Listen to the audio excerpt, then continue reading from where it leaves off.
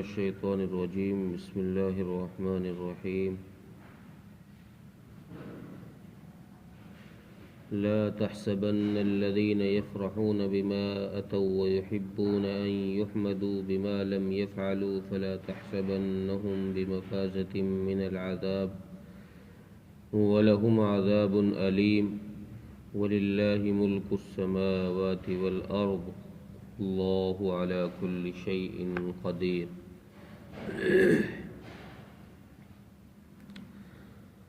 پچھلی آیت میں بھی یہود کے ایک گھٹیا حرکت کا ذکر کیا گیا کہ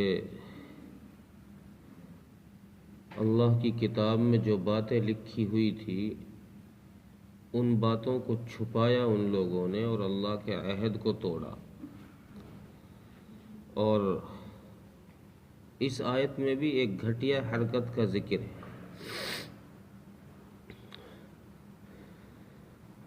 اور وہ گھٹیا حرکت یہ ہے کہ یہودی جو کام کرتے نہیں تھے، جو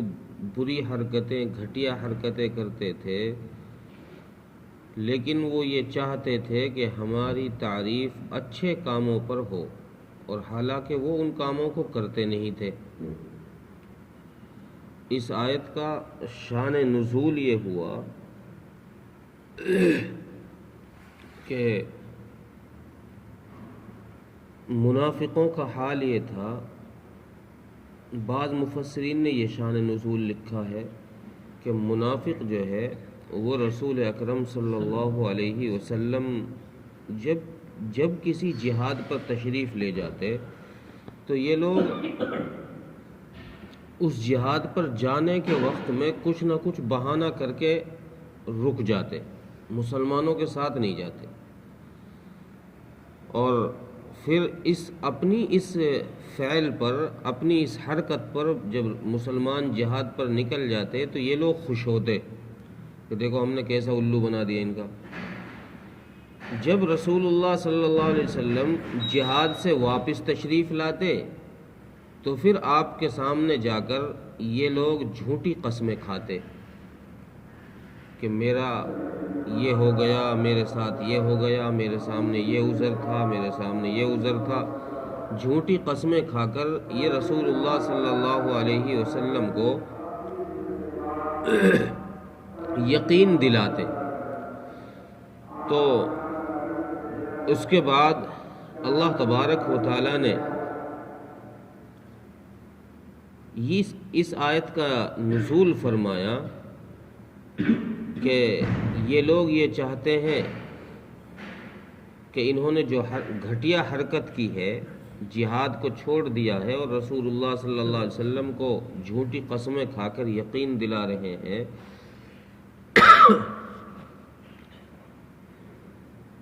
اور یہ چاہتے ہیں کہ جیسے جو کام مسلمان کر آئے ہیں یعنی جہاد، ہمیں بھی اس جہاد کی، ہمارے بھی اس جہاد کے لوگوں میں شمار ہو ہمارا بھی، اور ہماری بھی ایسی تعریف کی جائے، ہماری بھی بہادری کے گیت گائے جائیں۔ تو اللہ تبارک و تعالیٰ نے فرمایا کہ ایسے لوگ جو اچھے کام کرتے نہیں ہیں، برے کاموں کے پیچھے پڑے رہتے ہیں، یا پھر اچھے کام کرتے بھی ہیں لیکن اس اپنے اچھے کام پر یہ چاہتے ہیں کہ لوگ میری واہ واہ کریں، بھائی کیا بات ہے، کتنا اچھا کام کیا اس نے، یعنی اپنے نیک عمل کو ریا کے لیے کرنا، دکھاوے کے لیے کرنا، یہ بھی اس آیت میں ہے۔ ایک تو یہ دو مضمون ہیں، ایک تو یہ کہ کوئی عمل اچھا کیا ہی نہیں، بس خواہ خواہ یہ چاہ رہا ہے کہ لوگ مجھے بھی اس میں شامل کر لیں کہ بھائی اس نے بھی یہ عمل کیا ہے۔ مثلا کوئی مسجد بنوا دی، کوئی مدرسہ بنوا دیا، یا کوئی خیرات کر دی، کوئی بھی بھلائی کا کام کر دیا، وہ اس میں شامل ہے نہیں، لیکن لوگوں سے یہ امید کر رہا ہے کہ لوگ میری خواہ خواہ اس کام میں شرکت کی تعریف کریں کہ یہ میں نے کتنا اچھا کام کر دیا۔ اور دوسری بات یہ کہ اگر کوئی کام کر بھی دے کوئی نیک عمل کر بھی لے تو اس نیک عمل پر پھر لوگوں سے تعریف کا خواہش مند ہو کہ لوگ میری تعریف کریں، لوگ میری خوبیاں بیان کریں، اچھائی بیان کریں، تو اللہ فرما رہے ہیں ایسے گھٹیا قسم کے جو لوگ ہیں یہ کیا یہ سمجھ رہے ہیں کہ ہم اپنی اس گھٹیا حرکت سے بچ جائیں گے، میرے عذاب سے یہ بچ جائیں گے اپنی اس گھٹیا حرکت سے؟ میں ان کو چھوڑوں گا نہیں۔ اللہ نے دو باتیں ارشاد فرمائی، فلا تحسبنہم بمفازۃ من العذاب ولہم عذاب علیم، دو جگہ عذاب کا ذکر فرمایا، اور پہلے عذاب سے مفسرین نے لکھا ہے کہ بمفازۃ من العذاب جو ہے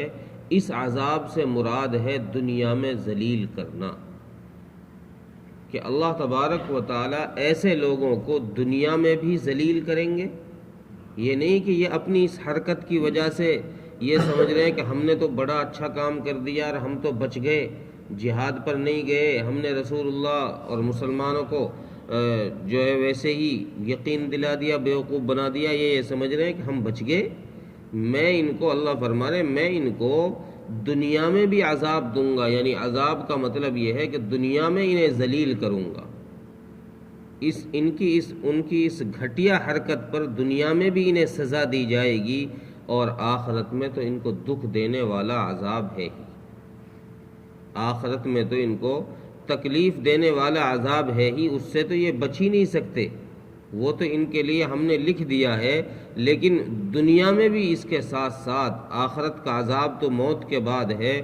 موت سے پہلے بھی اس گھٹیا حرکت پر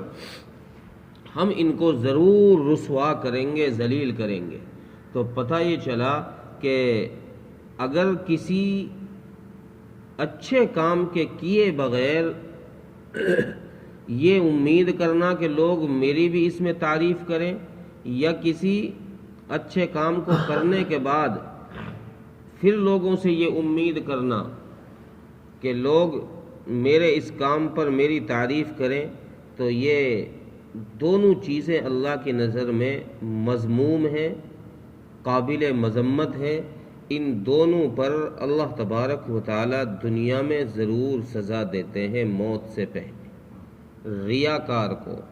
جو آدمی ریاکار ہو، دکھلاوے کے لیے عمل کر رہا ہو،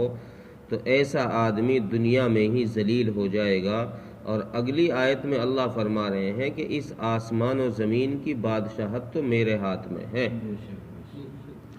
اس کا بادشاہ تو میں ہوں۔ اب دنیا میں اور آخرت میں کس کے ساتھ کیا معاملہ کرنا ہے، اس میں میرے ساتھ کوئی ساجی نہیں ہے، کوئی شریک نہیں ہے۔ میں چاہوں دنیا میں سزا دوں، میں چاہوں آخرت میں سزا دوں، میں چاہوں دونوں جگہ سزا دوں، یا پھر میں چاہوں تو دونوں جگہ ہی آرام راحت دے دوں۔ مجھ سے نہ کوئی پوچھنے والا ہے، نہ کوئی روکنے والا ہے، چونکہ میری قدرت ہر چیز پر ہے۔ آسمان و زمین کی ملکیت میں میری قدرت ہر چیز پر ہے، کوئی چیز میری قدرت سے، میری قوت اور طاقت سے باہر نہیں۔ ترجمہ دیکھیں، لا تحسبن الذين يفرحون بما اتوا ويحبون ان يحمدوا بما لم يفعلوا فلا تحسبنهم بمفازة من العذاب، اور جو لوگ خوش ہو رہے ہیں اس کام پر جو انہوں نے کیا ہے، اور لوگوں سے تعریفیں چاہتے ہیں اس کام پر، اس اچھے کام پر جو انہوں نے کیا ہی نہیں ہے، تو فلا تحسبنہم بمفازۃ من العذاب، تو آپ یہ خیال نہ کریں کہ وہ ہمارے عذاب سے بچ جائیں گے۔ وَلَهُمْ عَذَابٌ عَلِيمٌ، ان کے لیے دکھ دینے والا عذاب ہے۔ وَلِلَّهِ مُلْكُ السَّمَاوَاتِ وَالْأَرْضِ، اور اللہ ہی کی بادشاہت ہے آسمان و زمین میں۔ وَاللَّهُ عَلَى كُلِّ شَيْءٍ قَدِيرٌ، اور اللہ وہ ہے کہ وہ ہر چیز پر قادر ہے۔ اللہ تعالیٰ